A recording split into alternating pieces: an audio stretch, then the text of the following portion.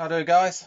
Right, so basically if you got a barra that's got a big wheel on it like this, these big chunky tyres, right, it's more of a little hack really. Now, don't get caught short like I did.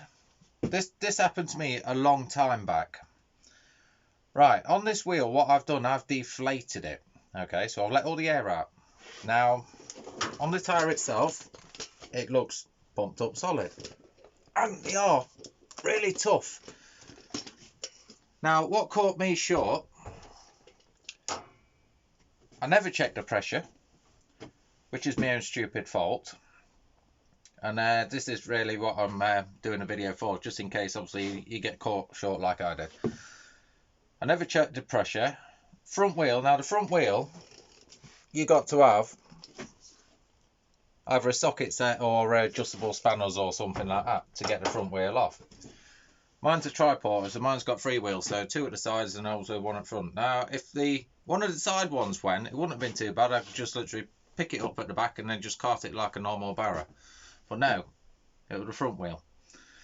And on the weight on it and stuff like that, got it on, and then the tyre went flat to the rim.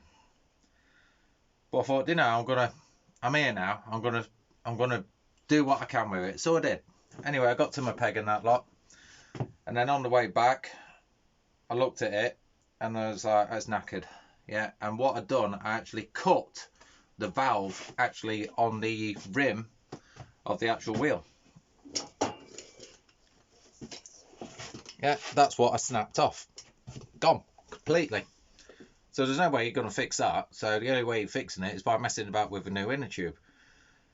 And trust me guys, you need crowbars or screwdrivers or something, because these tyres do not come off easy. Now, you can see how much damage I've caused, all the dents. It's not from hitting potholes or anything like that. I might go quick, but not generally that quick. You can see I've dented it all up. It's perfectly fine and all that lot. I've tried whacking it back with the hammer and that, but that's the best it'll go. It was much worse than that.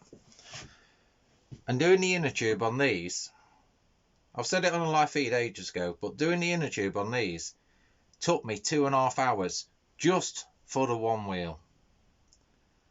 Yeah, and you put it in, you get it all back together, you get the tyre on, and then you just pray into yourself that you've not nipped it, punched it while putting it in. And then you got to spend another 2.5 hours. So if you ever do get a puncher, and there's someone what actually does the job, if they say 50 quid, yeah, I'll bloody pay it, yeah, because it is that much of a nightmare to do.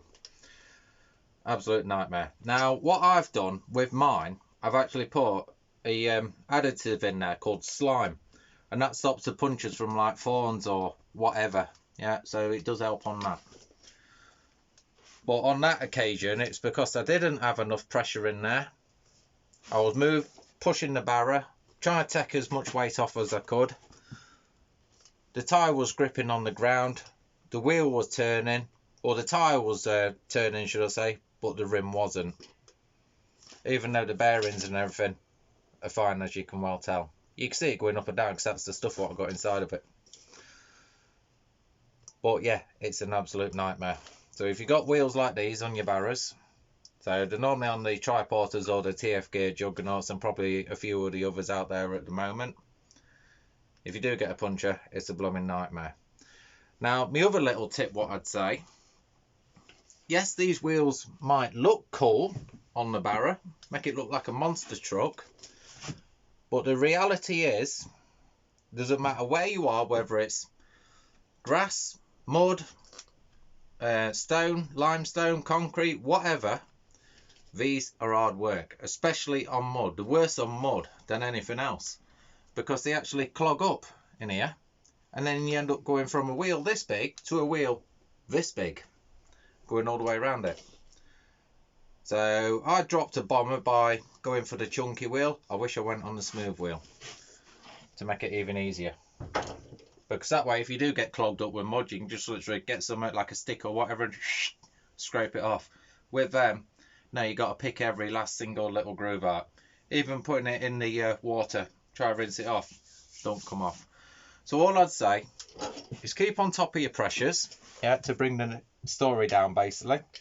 These old 30 psi, I just normally use a tire inflator and just check it that way. So if you've got one in the car and you want to check it, there you go, you got one. Saves you doing it before you go out, sort of thing. But definitely check them every time for use.